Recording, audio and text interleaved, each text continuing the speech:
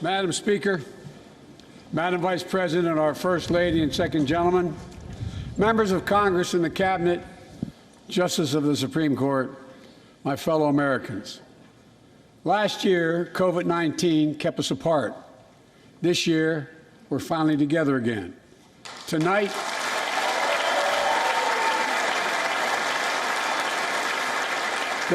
we meet as Democrats, Republicans, and Independents, but most importantly, as Americans, with the duty to one another, to America, to the American people, to the Constitution, and an unwavering resolve that freedom will always triumph over tyranny.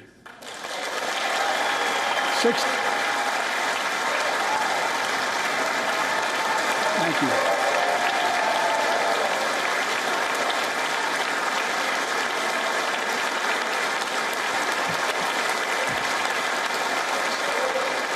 6 days ago, Russia's Vladimir Putin sought to shake the very foundations of the free world, thinking he could make it bend to his menacing ways. But he badly miscalculated. He thought he could roll into Ukraine and the world would roll over. Instead, he met with a wall of strength he never anticipated or imagined. He met the Ukrainian people.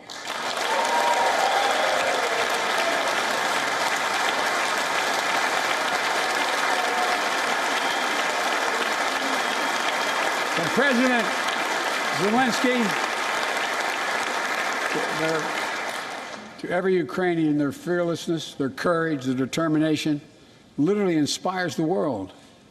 Groups of citizens blocking tanks with their bodies, everyone from students to retirees to teachers, turned soldiers defending their homeland. And in this struggle, President Zelensky said in his speech to the European Parliament, "Light will win over darkness." The Ukrainian ambassador to the United States is here tonight, sitting with the First Lady. Let each of us, if you're able to stand and send an unmistakable signal to the world of Ukraine. Thank you. Thank you, thank you, thank you.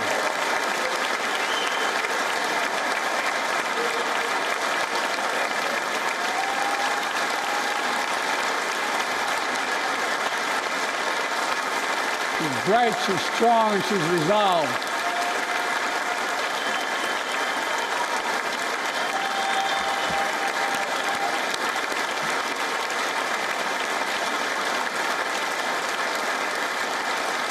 Yes, we, the United States of America, stand with the Ukrainian people. Throughout our history, we've learned this lesson. When dictators do not pay a price for their aggression, they cause more chaos. They keep moving, and the cost, the threats to America and America to the world keeps rising. That's why the NATO alliance was created, to secure peace and stability in Europe after World War II. The United States is a member, along with 29 other nations. It matters. American diplomacy matters. American resolve matters. Putin's latest attack on Ukraine was premeditated and totally unprovoked. He rejected repeated efforts at diplomacy. He thought the West and NATO wouldn't respond. He thought he could divide us at home, in this chamber, in this nation. He thought he could divide us in Europe as well. But Putin was wrong. We are ready. We are united, and that's what we did. We stayed united. We prepared extensively and carefully.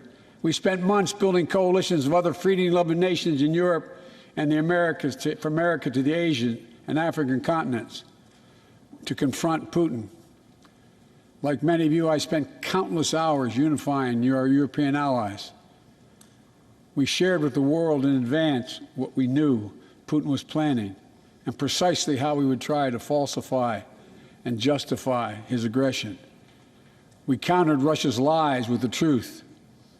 And now that he's acted, the free world is holding him accountable, along with 27 members of the European Union, including France, Germany, Italy, as well as countries like the United Kingdom, Canada, Japan, Korea, Australia, New Zealand, and many others, even Switzerland.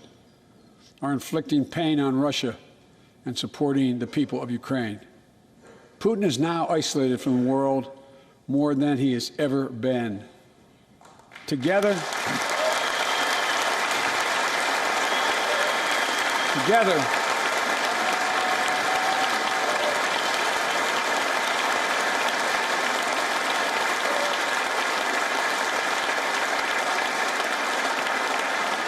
along with our allies, we are right now enforcing powerful economic sanctions. We're cutting off Russia's largest banks in the international financial system, preventing Russia's central bank from defending the Russian ruble, making Putin's $630 billion war fund worthless. We're choking Russia's access. To technology that will sap its economic strength and weaken its military for years to come. Tonight, I say to the Russian oligarchs and the corrupt leaders who bilked billions of dollars off this violent regime, no more. The United States, I mean it.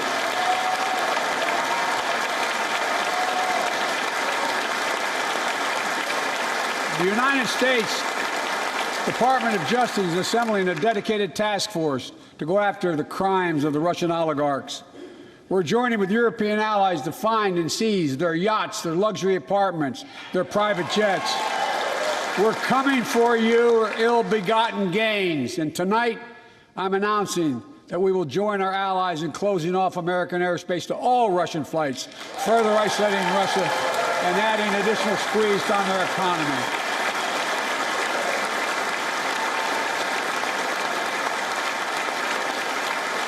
He has no idea what's coming. The ruble has already lost 30% of its value. The Russian stock market has lost 40% of its value, and trading remains suspended. The Russian economy is reeling, and Putin alone is the one to blame. Together with our allies, we're providing support to the Ukrainians in their fight for freedom. Military assistance, economic assistance, humanitarian assistance.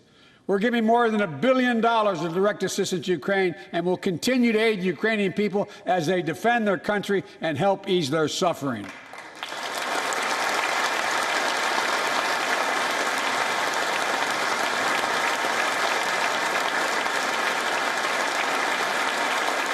But let me be clear.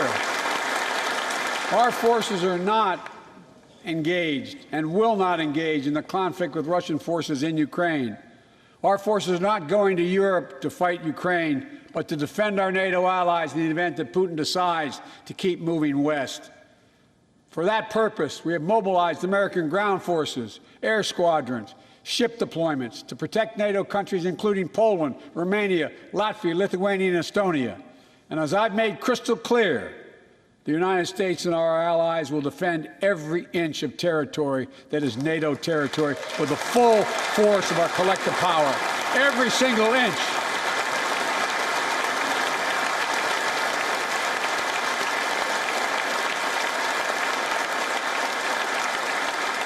And we're clear-eyed.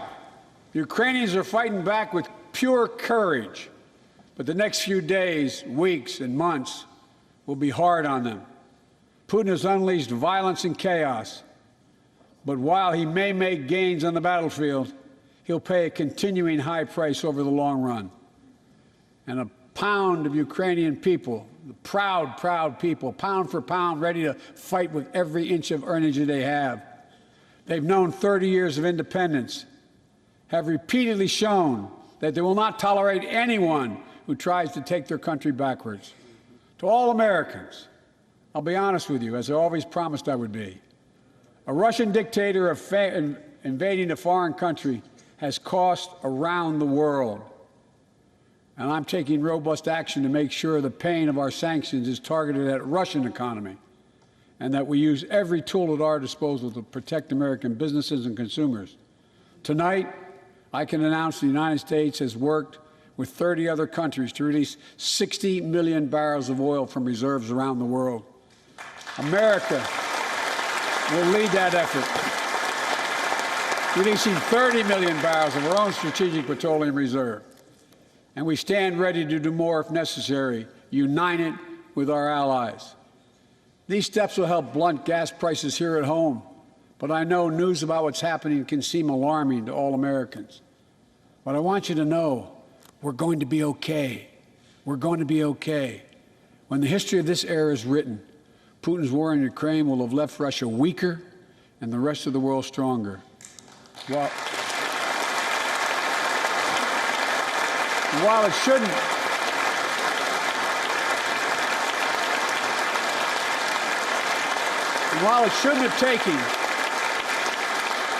shouldn't have taken something so terrible for people around the world to see what's at stake, now everyone sees it clearly. We see the unity among leaders of nations, a more unified Europe, a more unified West. We see unity among the people who are gathering in cities and large crowds around the world, even in Russia, to demonstrate their support for the people of Ukraine.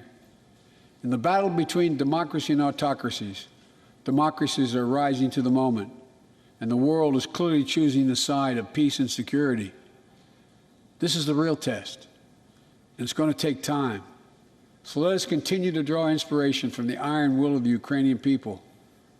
To our fellow Ukrainian Americans who forged the deep bond that connects our two nations, we stand with you. We stand with you. Putin may circle Kyiv with tanks, but he'll never gain the hearts and souls of the Iranian people. He'll never extinguish their love of freedom, and he will never weaken the resolve of the free world.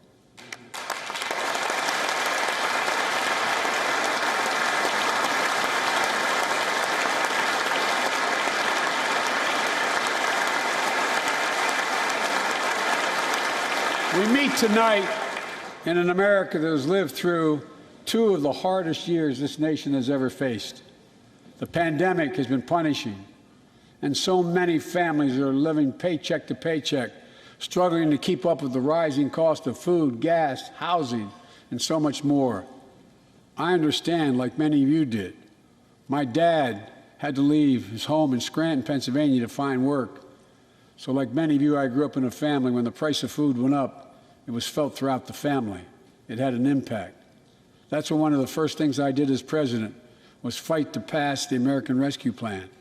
Because people were hurting, we needed to act, and we did. Few pieces of legislation have done more at a critical moment in our history to lift us out of a crisis. It fueled our efforts to vaccinate the nation and combat COVID-19, delivered immediate economic relief to tens of millions of Americans. It helped put food on the table. Remember those long lines of cars waiting for hours just to get a box of food put in their trunk. It cut the cost of health care insurance. And as my dad used to say, it gave the people just a little bit of breathing room. Unlike the $2 trillion tax cut passed in the previous administration that benefited the top 1% of Americans, the American Rescue Plan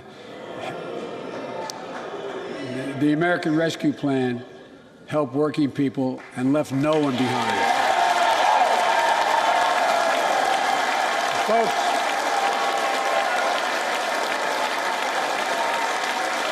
and it worked. It worked.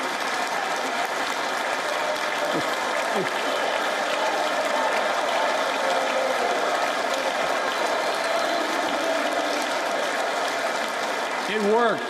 We created jobs, lots of jobs. In fact, our economy created over 6.5 million new jobs just last year. More jobs in 1 year than ever before in the history of the United States of America. The economy grew at a rate of 5.7 last year, the strongest growth rate in 40 years, and the first step in bringing fundamental change to our economy that hasn't worked for working people in this nation for too long. For the past 40 years, we were told that tax break for those at the top and benefits would trickle down and everyone would benefit. But that trickle-down theory led to a weaker economic growth, lower wages, bigger deficits, and a widening gap between the top and everyone else in nearly a century. Look, Vice President Harris and I ran for office, and I realize we have fundamental disagreements on this, but ran for office with a new economic vision for America. Invest in America, educate Americans, grow the workforce, Build the economy from the bottom up and the middle out, not from the top down. Because we know. Because we know.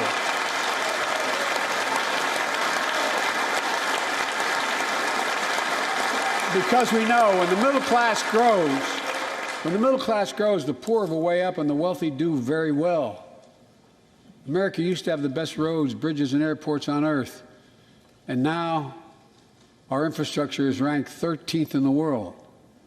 We won't be able to compete for the jobs of the 21st century if we don't fix it. That's why it was so important to pass the bipartisan infrastructure law.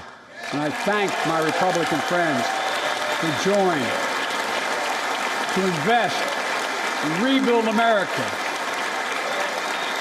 the single biggest investment in history. It was a bipartisan effort, and I want to thank the members of both parties who worked to make it happen. We're done talking about infrastructure weeks.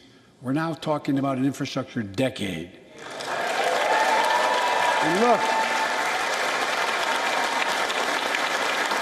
it's going to transform America, to put us on a path to win the economic competition of the 21st century that we face with the rest of the world, particularly China. I've told Xi Jinping it's never been a good bet to bet against the American people. We'll create good jobs for millions of Americans, modernizing roads, airports, ports, waterways, all across America. And we'll do it to withstand the devastating effects of climate change and promote environmental justice. We'll build a national network of 500,000 electric vehicle charging stations. Begin to replace the poisonous lead pipes so every child, every American has clean water to drink at home and at school. We're going to provide affordable, high-speed internet for every American, rural, suburban, urban, and tribal communities. 4,000 projects have already been announced. Many of you have announced them in your districts. And tonight, I'm announcing that this year, we will start fixing over 65,000 miles of highway and 1,500 bridges in disrepair. And folks,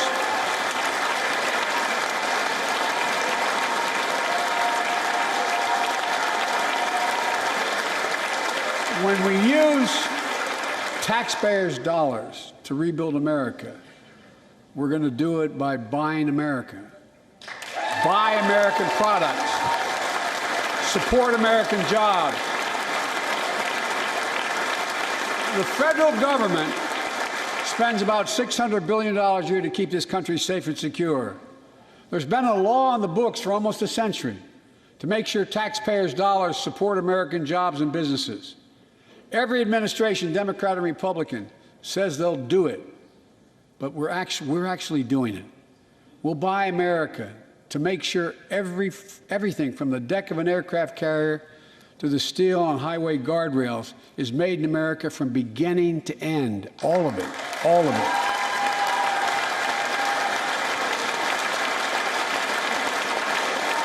But folks, to compete for the jobs of the future, we also need a level playing field with China and other competitors. That's why it's so important to pass the Bipartisan Innovation Act sitting in Congress that will make record investments in emerging technologies and American manufacturing. We used to invest almost 2% of our GDP in research and development. We don't now. China is. Let me give you one example why it's so important to pass. If you travel 20 miles east of Columbus, Ohio, you'll find 1,000 empty acres of land. It won't look like much, but if you stop and look closely, you'll see a field of dreams, the ground on which America's future will be built. That's where Intel, the American company that helped build Silicon Valley, is going to build a $20 billion semiconductor megasite, up to 8 state-of-the-art factories in one place, 10,000 new jobs. And in those factories, the average job about $135,000 a year. Some of the most sophisticated manufacturing in the world to make computer chips the size of a fingertip, the power of the world in everyday lives, from smartphones, technology to the internet, technology is yet to be invented. But that's just the beginning.